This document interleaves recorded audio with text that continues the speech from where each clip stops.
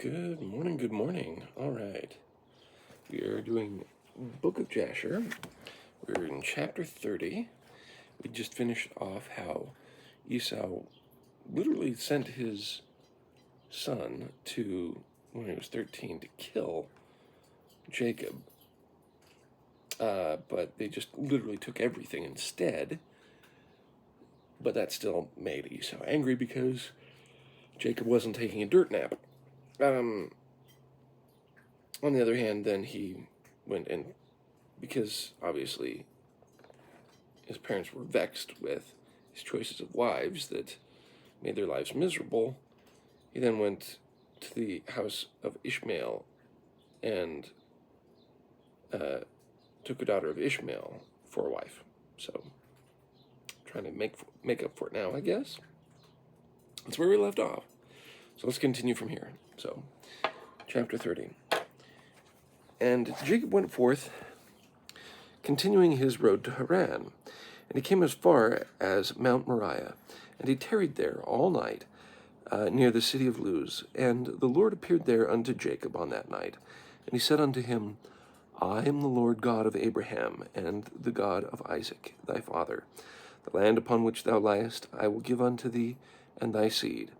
And behold, I am with thee, and will keep thee wherever thou goest, and I will multiply thy seed as the stars of heaven. And I will cause all thine enemies to fall before thee. And when they shall make war with thee, they shall not prevail over thee. And I will bring thee again into this land with joy, with children, and with great riches. And Jacob awoke from his sleep, and he rejoiced greatly for that vision which he had seen. And he called the name of that place Bethel. And Jacob rose up from the place quiet. Wait, what? And Jacob rose up from that place, quite rejoiced. And when he walked, his feet felt light to him for the joy, and he went from there to the land of the children of the east. And he returned to Haran, and he sat by the shepherd's well. And he there found some men going from Haran to feed their flocks. And Jacob made inquiries of them, and said, We are from Haran. And they said, We are from Haran. And he said to them, Do you know Laban, the son of Nahor? And they said, We know him. But behold, his daughter Rachel is coming along to feed her father's flock. Whilst he was yet speaking with them, Rachel, the daughter of Laban, came to feed her father's sheep, for she was a shepherdess. And when Jacob saw Rachel, the daughter of Laban, his mother's brother, he ran and kissed her, and lifted up his voice and wept.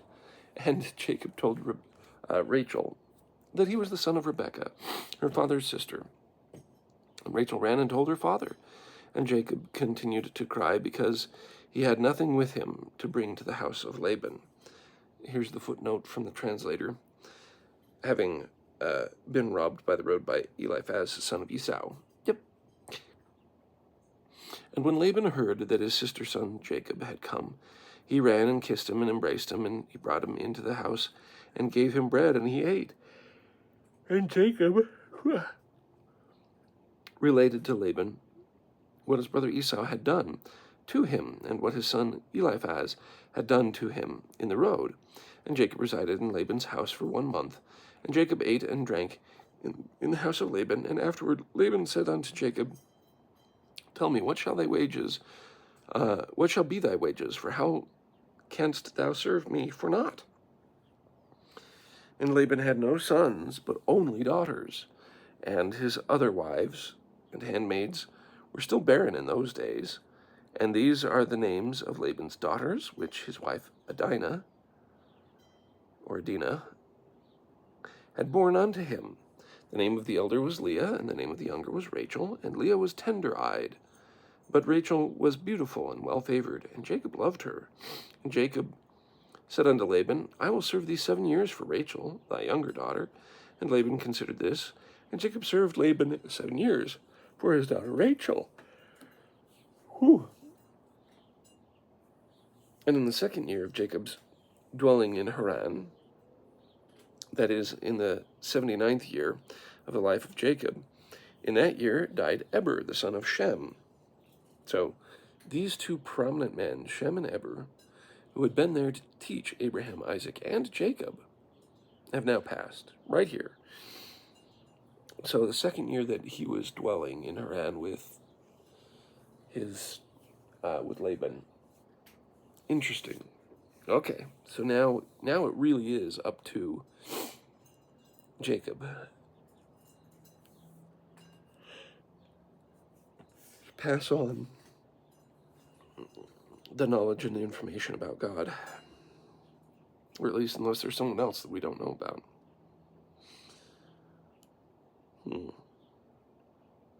That is the 79th year of life of Jacob. In that year died Eber, son of Shem. He was 464 years old at his death. And when Jacob heard that Eber was dead, he grieved exceedingly, and he lamented and mourned over him many days. In the 3rd year of Jacob's dwelling in Haran, Bosmeth, the daughter of Ishmael, the wife of Esau, bare him a son. And Esau called his name Reuel. And in the 4th year of Jacob's residence in the house of Laban, the Lord visited Laban, and remembered him on account of Jacob. And sons were born unto him, and his firstborn was Beor, and the second was Alib, and the third was Korash. And the Lord gave Laban riches and honor, sons and daughters, and the man increased greatly on account of Jacob. And Jacob in those days served Laban in all manner of work, in the house and in the field, and the blessings of the Lord was in all that belonged to Laban, in the house and in the field. And in the 5th year died Yehudith, the daughter of Beri, the wife of Esau, in the land of Canaan, and she had no sons, but daughters only. And these are the names of her daughters which she bare to Esau. The name of the elder was Marzith, the name of the younger was Puith. And when Yehudith died, Esau rose up and went to Seir to hunt in the field as usual, and Esau dwelt in the land of Seir for a long time. And in the 6th year Esau took for a wife, in addition to his other wives, Alibamah, the daughter of Zibeon the Hivite, and Esau brought her to the land of Canaan. And Ahlibah conceived and bare Esau 3 sons, Yeush, Yaalan, and Korah. In those days, in the land of Canaan, there was a quarrel between the herdsmen of Esau and the herdsmen of the inhabitants of the land of Canaan. For Esau's cattle and goods were too abundant for him to remain in the land of Canaan, in his father's house, and the land of Canaan could not bear him on account of his cattle. And when Esau saw that his quarreling increased with the inhabitants of the land of Canaan, he rose and took up his wives and his sons and his daughters and all the belongings with him, and the cattle which he possessed, and all his property that he had acquired in the land of Canaan, and he went away from the inhabitants of the land to the land of Seir.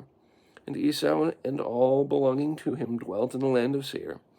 But from time to time Esau would go and see his father and mother in the land of Canaan, and Esau intermarried with the Horites, and he gave his daughters to the sons of Seir the Horite.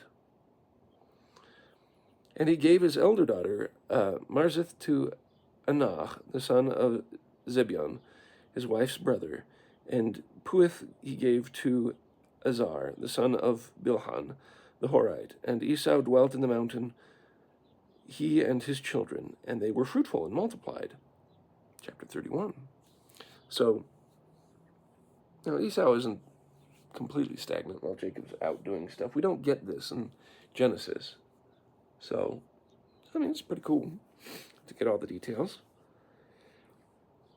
And in the 7th year, Jacob's service, which he served Laban, was completed. And Jacob said unto Laban, Give me my wife, for the days of my service are fulfilled. And Laban did so.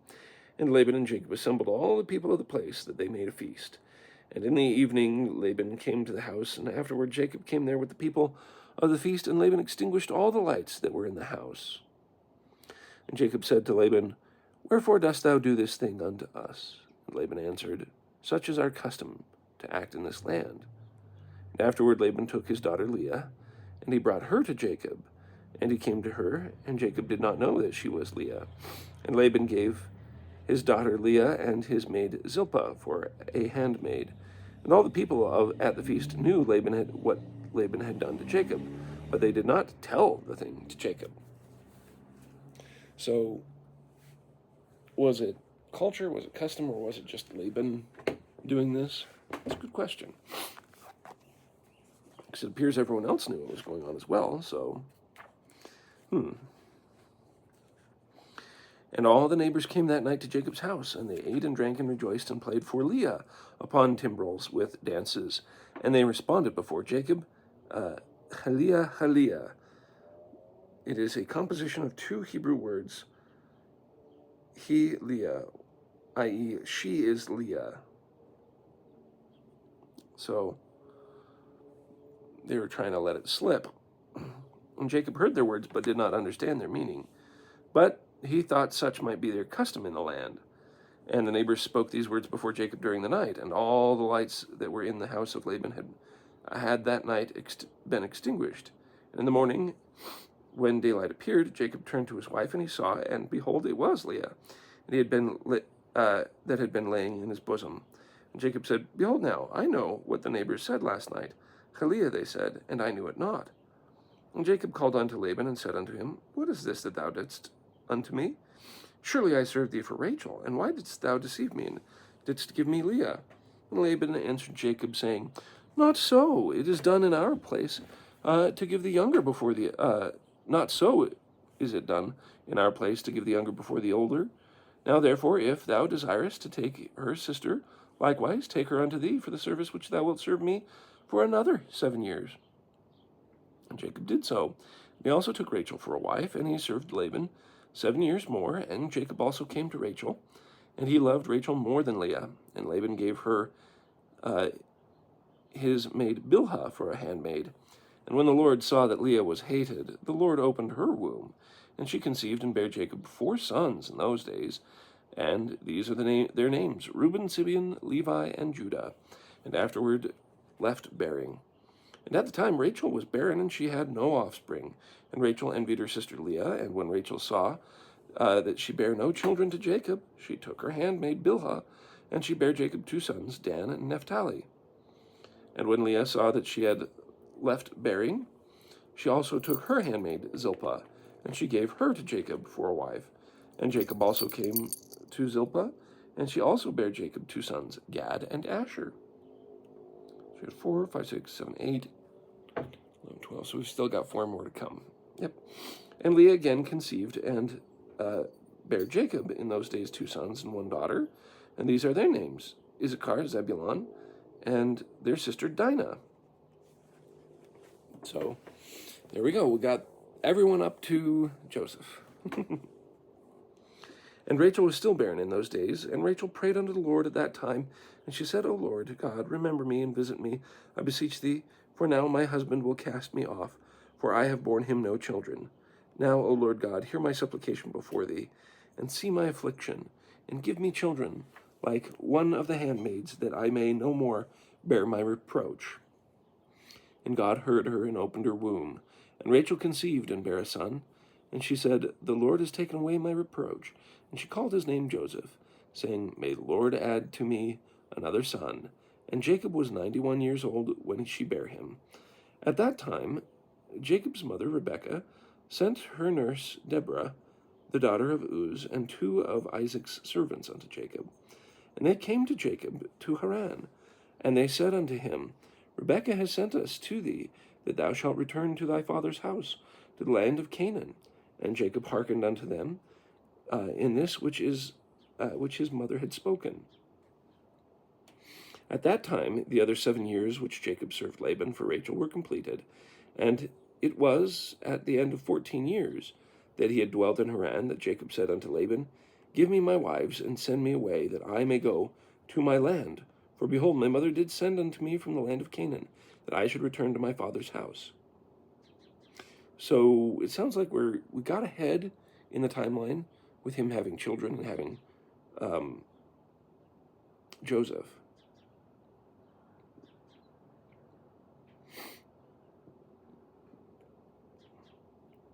I'm trying to think, are they backtracking to when they left? Because if I remember, well, I might not be remembering right. I'm trying to remember if he had Joseph by the time he was then leaving to go back to Isaac's house.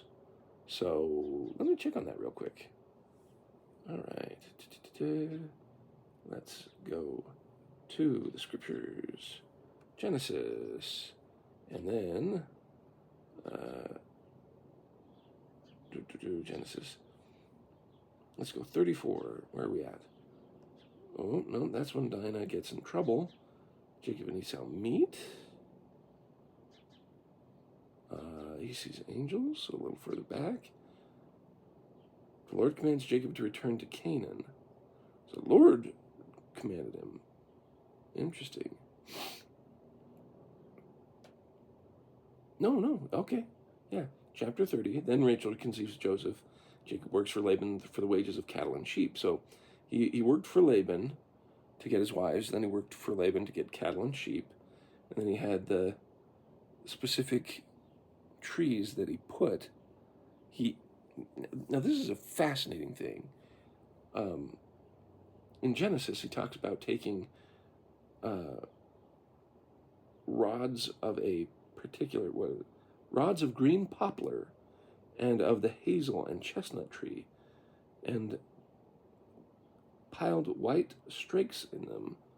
I think that means that he peeled. So he peeled white strakes in them, and he made the white appear, which was in the rods. So he basically stripped the bark off the sticks of these poplar and hazel and chestnut tree, and he put them in the water troughs, and they drank, and they became ring-streaked and speckled and spotted, and he was able to separate those from the other ones. And so he was doing a little bit of manipulation of the flocks so that he would get the ones that were stronger and such, and so he had the better cattle as he left. But let's see what the Book of Jasher has. So in here, God commands him to return. In fact, where does it say that specifically? And he heard the voice of Laban's sons. Jacob has taken everything that our father had, and he was upset. And the Lord said to Jacob to return to the land of the fathers. So here in this case, they're saying that Isaac is calling for him. So let's see what they say about the relationship between him and Laban, unlike Genesis. So, all right. At the time, Rebekah's mother sent her nurse Deborah, the daughter of Uz, the two of Isaac's servants, unto Jacob. And they came to Jacob to Haran, and they said to him, Rebekah has sent us to thee, that thou shalt return to thy father's house, to the land of Canaan. And Jacob hearkened unto them in this which his mother had spoken. Rebekah sent her nurse Deborah. So it was a trio of them to basically call him back. And at that time, the other 7 years which Jacob served Laban for Rachel were completed. It was at the end of the 14 years that he had dwelt in Haran that Jacob said unto Laban, Give me my wives, and send me away, that I may go to my land. For behold, my mother did send unto me from the land of Canaan, that I should return to my father's house. And Laban said unto him, Not so, I pray thee. If I have found favor in thy sight, do not leave me. Appoint me thy wages, and I will give them, and remain with me. And Jacob said unto him, This is what thou shalt give me for wages, that I shall this day pass through all thy flocks, and take away from them every lamb that is speckled and spotted, and such as are brown amongst thy sheep, amongst the goats. And if thou wilt do this thing for me, I will return and feed thy flock, and keep them as at first. Well, he was obviously a good worker, because he wanted to keep him around. And Laban did so, and Laban removed his flock, all that Jacob had said, and gave them to him. And Jacob placed all that he had removed from Laban's flock in the hands of his sons, and Jacob was feeding the remainder of Laban's flock. And when the servants of Isaac, which he had sent unto Jacob, saw that Jacob would not then return to them to the land of Canaan to his father, then they went away from him, and they returned home to the land of Canaan. And Deborah remained with Jacob in Haran, and she did not return to with the servants of Isaac to the land of Canaan. And Deborah resided with Jacob's wives and children in Haran. Oh, I wonder if she thought, well, I could be of use here. I don't know. That seems genuinely sweet. I would hope. Either that, or she's like sitting on a rock staring at Jacob the whole time going, when are you going to return? I tend to think of her as going, well, look, Rebecca wants him back. I can be a reminder, but more importantly, I can help his wives and the children while they take care of all the sheep and everything. I mean, they're growing up. And Jacob served Laban 6 years longer. And when the sheep brought forth, Jacob removed from them such as were speckled and spotted, as he determined with Laban. And Jacob did so at Laban's for 6 years. And the man increased abundantly. And he had cattle and maidservants and menservants and camels and asses. And Jacob had 200 drove of cattle. And his cattle were of large size and of beautiful appearance, and were very productive. And all the families of the sons of men desired to get some of the cattle of Jacob, for they were exceedingly prosperous. And many of the sons of men came to procure some of Jacob's flock, and Jacob gave them a sheep for a manservant or a maidservant, or for an ass or a camel, or whatever Jacob desired from them, they gave him. And Jacob obtained riches and honor and possessions by means of these transactions with the sons of men. And the children of Laban envied him of this honor. And in, of course, time he heard the words of Laban's son, saying, Jacob has taken away all that is our father's, and of that which is our father's he has acquitted all the glory. And Jacob beheld the countenance of Laban and his children, and behold, it was not towards him in those days, as it had been before. Yep. And the Lord appeared to Jacob at the expiration of 6 years, and said unto him, Arise, and go forth out of this land, and return to the land of thy birthplace, and I will be with thee. And Jacob rose up at the time, and he mounted his children and wives, all belonging to him, upon camels. And he went forth to go to the land of Canaan, to his father Isaac. And Laban did not know that Jacob had gone from him, for Laban had been that day sheep shearing. And Rachel stole her father's images, and she took them, and she concealed them upon the camel upon which she sat, and she went on. And this is the manner of the images in taking a man who is the firstborn and slaying. Wait, what? And this is the manner of the images. Okay, so this is describing the images. In taking a man who is the firstborn and slaying him, and taking the hair off his head, and taking salt and salting the head, and anointing it in oil, then taking a small tablet of copper or tablet of gold and writing the name upon it, and placing the tablet under his tongue, and taking the head with the tablet under the tongue, and putting it in the house, and lighting up lights before it, and bowing down to it. What? I'm sorry, this is way new to me. Here I thought, they'd be little figurines or whatever else, like small idols, but so you take a man who is the firstborn, you kill him, okay. You take the hair off his head, so you scalp him, okay. And then you get salt, you salt that head, and oil it. Take a small tablet of copper or of gold, and writing the name upon it, the name of the person, I don't know. Place the tablet under the tongue, and taking the head with the tablet under the tongue, and putting it in the house, and lighting up lights before it, and bowing down to it. That's a really grim idol. It's like shrunken head stuff, Except shrunken head stuff is you remove if I understand right, shrunken head stuff is you remove the skin from off the skull, and then you preserve that. In this case, it's like,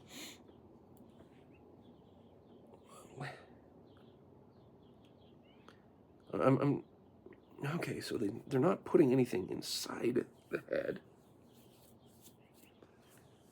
So it sounds like you're drying out and preserving the head that has been shaved or scalped. I guess shaved.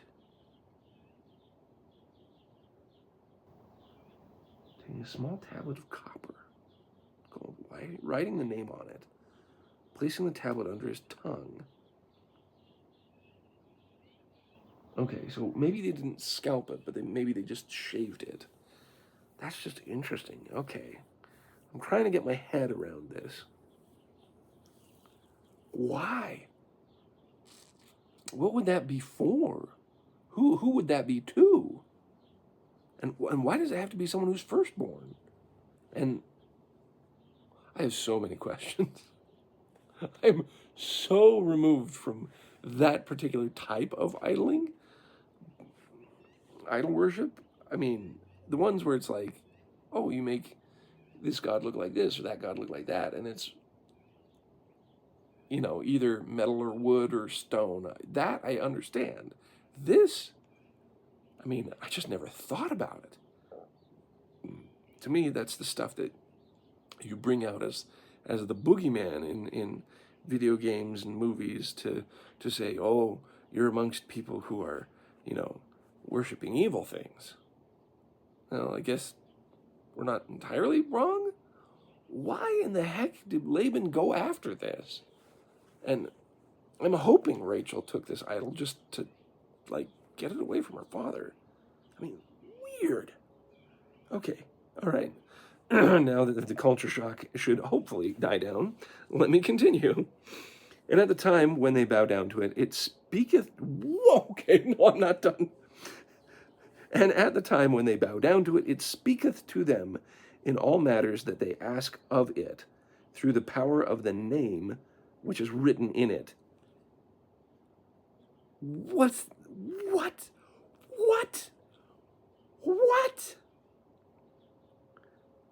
And some make them in the figures of men. Wasn't that the point? You took someone's head of gold and silver and go to them in times known to them, and the figures receive the influence of the stars and tell them future things. And in this manner were the images which Rachel stole from her father. Wait!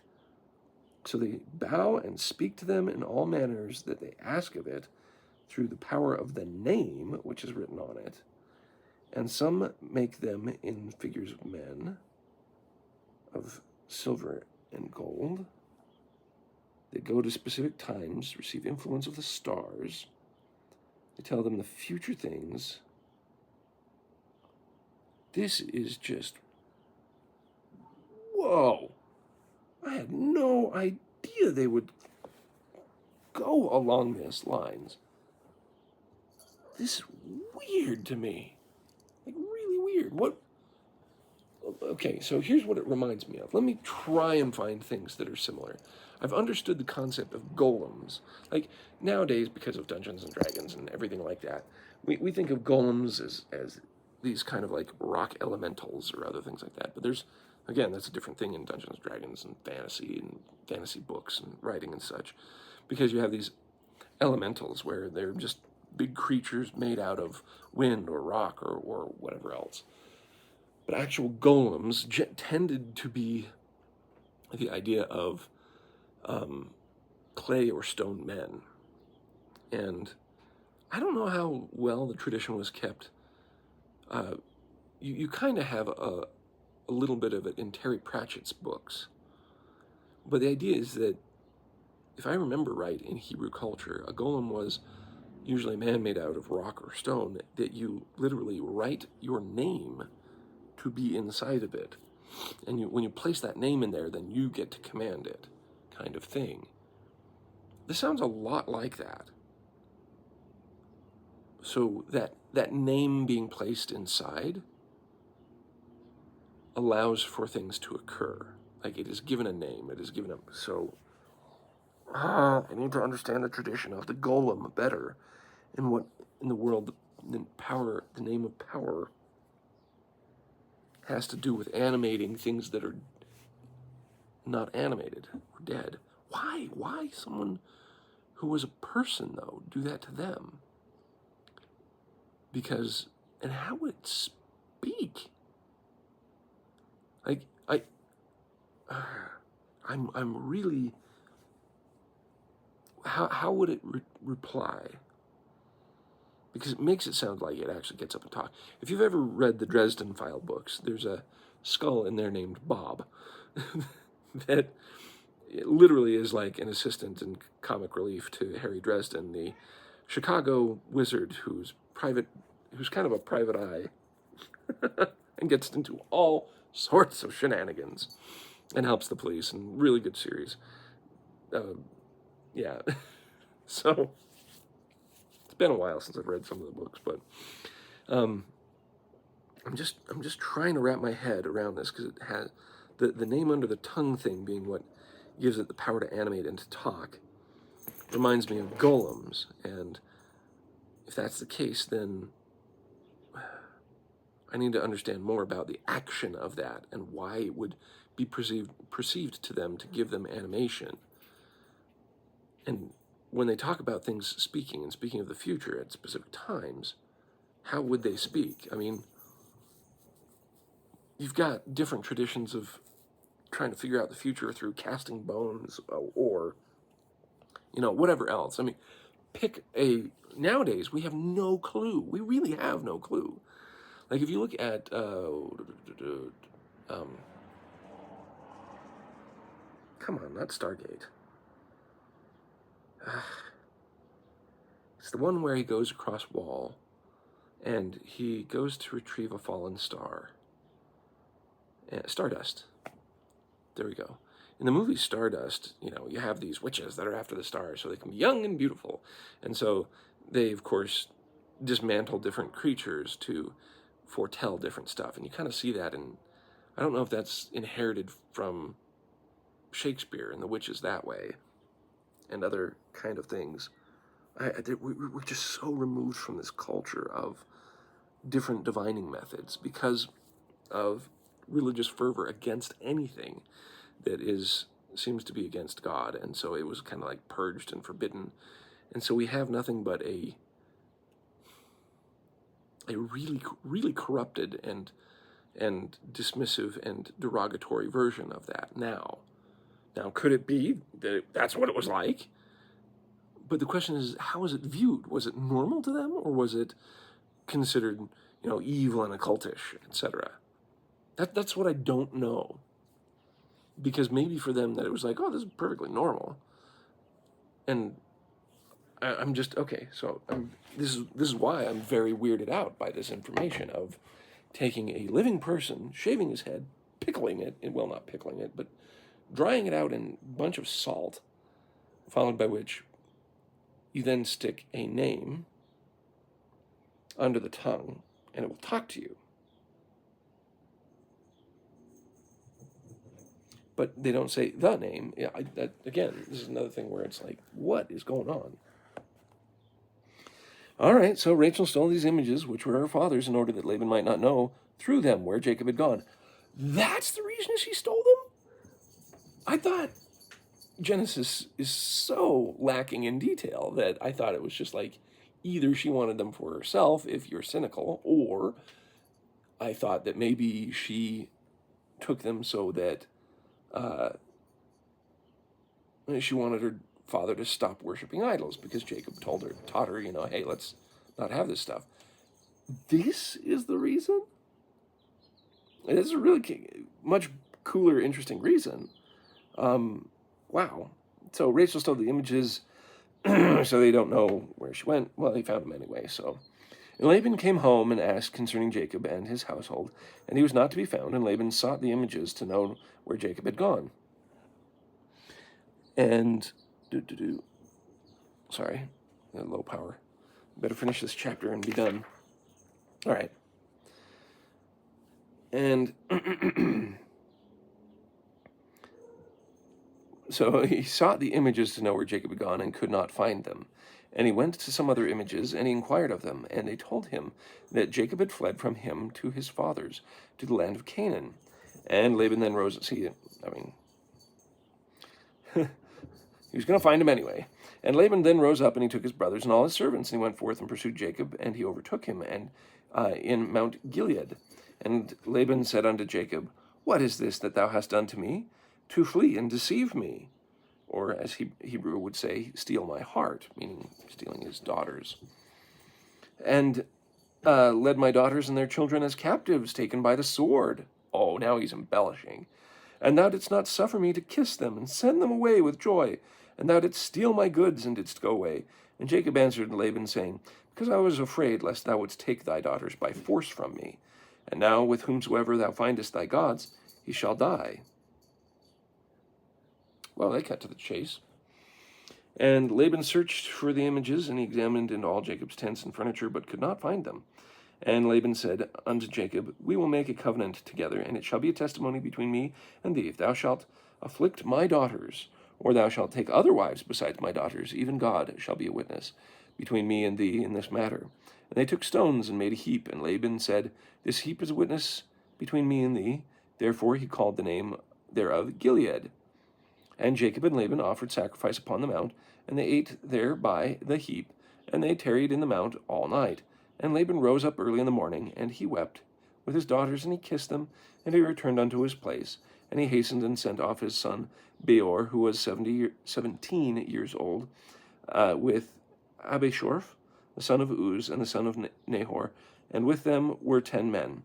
And they hastened and went and passed on the road before Jacob, and they came by another road, or to the land of Seir. And they came to Esau, and said unto him, Thus saith my brother and relative, thy mother's brother, Laban, the son of Bethuel, saying, Hast thou heard what Jacob thy brother has done unto me, who first came to me naked and bare? And I went to meet him, and brought him to my house with honor, and I made him great. And I gave him my 2 daughters for wives, and also 2 of my maids. And God blessed him on my account, and he increased abundantly, and had sons and daughters and maidservants. And he has also immense stock of flocks and herds and camels and asses, also silver and gold in abundance. And when he saw that his wealth increased, he left me whilst I went to shear my sheep. And he rose up and fled in secrecy. And he lifted his wives and children upon camels, and led away all his cattle and property, which he acquired in my land. And he lifted up his countenance to go to his father Isaac in the land of Canaan. And he did not suffer me to kiss my daughters and their children, and he led my daughters as captives taken by the sword. And he also stole my gods, and he fled. And now that I have left him in the mountain of the brook of Jabbok, him and all belonging to him, he lacketh nothing. But if it be thy wish to go to him, go then, and there wilt thou find him. And thou canst do unto him as thy soul desireth. And Laban's messengers came and told Esau all these things. Whoa. Whoa. Whoa. Okay, so first of all, we don't get the story of how Rachel hid the images by sitting on them and saying, well, it's my time of the month, so please don't let me get up, because that would be bad. So we don't get that. But instead we get this story where Laban sends people ahead and said, oh, look how he did this to me. I'm not doing anything to him, but if you want to. Yeah. And Esau heard all the words of Laban's messengers, and his anger was greatly kindled against Jacob. And he remembered his hatred, and his anger burned within him. And Esau hastened and took his children and servants and the souls of his household, being 60 men, and he went and assembled all the children of Seir, the Horite, and their people, being 340 men, and took all his number, 400 men, with drawn swords, and went to Jacob to smite him. And Esau divided his number into several parts, and he took the 60 men of his children and the servants of his souls and of his household, and 1 head, and gave them in care of Eliphaz, his eldest son.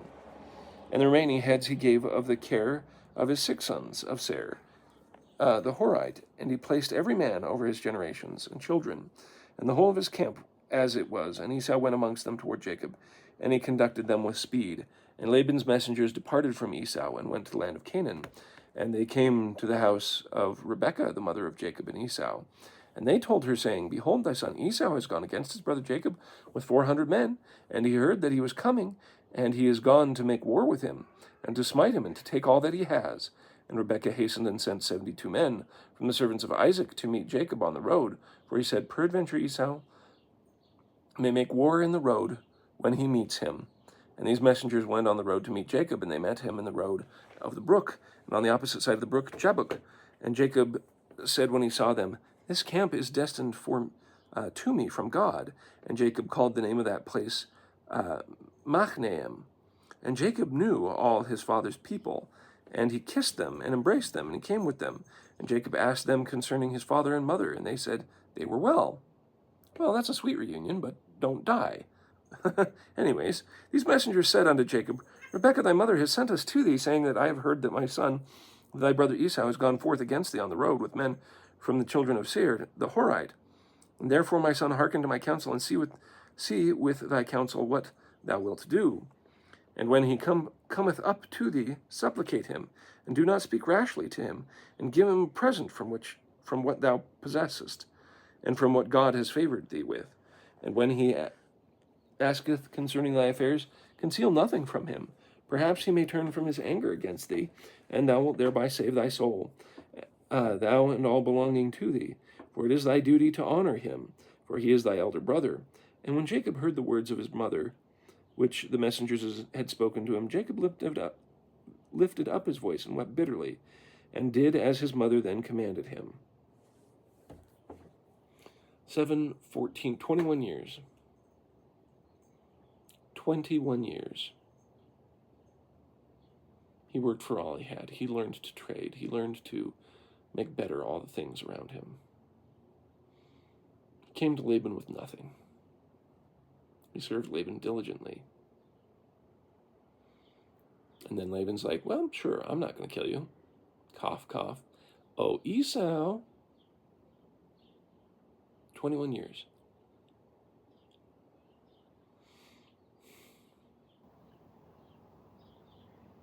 And here he's going to be taken in to preserve his life. He's going to have everything taken again. Like, obviously, things change between now and then. In Genesis, we get the sense that he split up his company and he kept saying, hey, this is for thee, this is for thee, this is for thee, and then Esau comes and instead shows love and forgiveness and everything's fine. And it seems like Jacob gets to keep everything he has, and Esau and Jacob are much better brothers to one another. And he's like, yeah, I've got plenty. I don't need all this. This is for you. And it's really touching. In this, I don't know. There's all sorts of weird details that I've never had before. When this, they make all these stories a touch more deep by describing how close to death each of the patriarchs have been throughout their lives with jealousies and other issues. So, I don't know what's going to happen. Is he going to 21 years? Okay. Yeah, you can keep your families, but I'm taking all your flocks again. Is that what he's going to do? I don't know. Because we know the ultimate ending is Jacob survives, right? Anyways, I'm going to have to stop here because I'm low on battery. Nuts. But I am fascinated by the particular description of the idol. Is not quite shrunken head stuff, but close. But also the name under the tongue reminded me very much of golems, and I need to figure that out. And how they would be thought to operate. And to me, it makes it sound like they would literally just start speaking.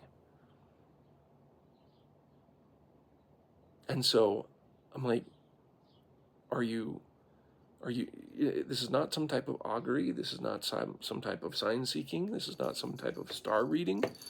It sounds like that they would literally talk. And if they believe that, why? In what way would they talk? Is there some, because I'm trying to figure out, okay, are they replying, I have the impression with how it's written that they would just talk like normal. But me knowing that someone who is decapitated, salted, and just have a metal plate under a withered, dried out tongue isn't going to be moving anywhere or doing anything. So how is it supposed to work or talk? Do you rattle it around and listen for certain sounds? Does it creak? Do you sit there and go, rah, rah, rah, rah, rah, and it says what you need? I don't know. This is so foreign to me. And I'm trying to figure out where both the idea for these idols and golems came from. And it's going to be weird. I'm going to have to go down this rabbit hole. Hopefully I don't forget before tomorrow. this is going to be, and then we'll get the conclusion of what does Esau actually do according to the Book of Jasher? Is it very much like the Bible? Like every time when it comes to Book of Jasher versus Bible, King James Version, it seems to stick to it really well. I don't know if that's just the Victorian translator trying to keep it as close as possible when it's those times where it's like, these are verses from this story in the Bible, so we will keep it as the Bible is, and then all the extra stuff will add to it and expand the stories. So, I don't know. We'll find out. In the meantime, in many ways, I'm glad we don't have that kind of idols or anything like that. I'm glad that when we fight against idols nowadays, that in most places, or at least in Western culture, we're fighting against metaphorical idols, which can be still just as damaging. Although, I'm just trying to figure out, wow, there's a lot to think about here. There is still idol worship in the world, and it depends on how broad or narrow you want to have it, because there's some broad categories of idol worship that encompass shrines to loved ones. Like if you were to go to Japan or China or India, or different statues in India, you can make it even more broad to talk about like candles to saints, or even more broad to having images of Christ, or even more broad to have paintings and anything that has animals on them, so that you couldn't have anything that depicted the natural world around you. How broad of a scope do you want to have when it comes to saying what is idol worship and what's not? It can make a difference. So, to me, this is just so foreign, because in Western culture, we've been stripped of so much of religious and traditionalism and mysticism. Like I said, in Jasher here, they don't have the whittling down, putting it in the water. That way, more of the flocks became stronger and ring-straked and everything like that. Which reminded, like, whenever I come across that in Genesis, I'm reminded of, there was a story of farmers up in Idaho that had a really weird problem with their sheep, where the sheep would be born with only one eye. These were like these cyclops sheep, and they didn't know what was going on. And they figured out that they were eating a particular type of weed, and it messed up the genetic code consistently in this one area that made it so that these sheep would become like these cyclops sheep. And so this opened up the idea of genetic manipulation and other things like that. And so I'm like, well, there's a lot about the ancients that we don't know about, that they probably knew. Like when they talk about women drinking these draughts that prevented them from having children, especially the antediluvians and other things like that, or just after the flood, that you're like, hello? They knew certain pharmacology that we don't now. Now we do it all through labs and through lab testing and all this other stuff. But if you think about it, I mean, all this stuff was around in the first place. It had to come from somewhere. And so I think Jacob knew what he was doing when he did that kind of stuff. And so when it comes to these old traditions, what did they know, or what came from this? The whole idea of using dowsing rods to find water and do things, it's quietly passed on still to this time, that it's still used and it's still effective, and they don't know why. There are times where it is effective, there are times where it's not effective, but it's weirdly anecdotal how so many times that dowsing rods come through. And, you hear stories, but the scientific mind of mine goes, yeah, but it's just probably chance and whatever else, and yeah, nothing really comes of it. But there are weird times where it's like, is it? Seems pretty interesting. So there's a lot to this, that maybe there's more to dowsing, or that maybe there's more to this stuff. I leave an open mind, But I'm not going to sit here and say, oh, it'll be 100%, or it'll always be the best, or other things like that. I don't know. I don't have enough experience with it, but there's enough stories around of people who seem fairly rational to go, okay, maybe there is more. I'll just have to leave it at that. So when I sit here and think of these really weird old traditions that make no sense to me, like the idea of golems and this idol worship, that I'm like, what are they thinking? How is this supposed to work? What comes from this? How does this actually happen? You know, I think there's a mystical approach to it where, like, sure, you could have it just sitting there, not doing anything, and get something from it. Just as if you were supposed to cast bones or roll dice or look at the stars, or those I get, because you kind of decipher this random information and the inspiration that hits you that comes from it. But something speaking to you because it has a name in its head, what does it mean to speak in what they're thinking? Obviously, they believe in it enough that Rachel was worried, so she took it. It was just weird. And I need to, I'll see if I can figure more about it. Otherwise, keep in mind that despite everything that we have, it's important to understand things from their perspective and their time period, so that we can better achieve the conception of life at their time. Just get the whole idea of how they worked.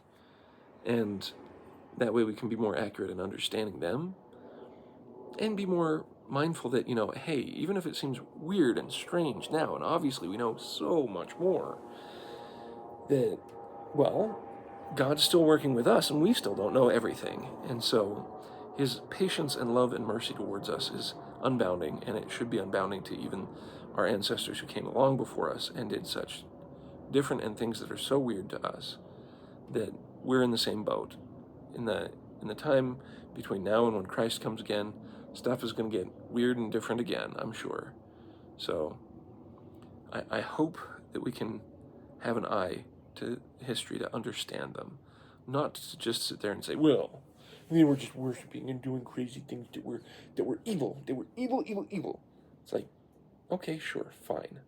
It may not be the one true God, not the real God. Sure, fine, whatever. But what is it from their point of view?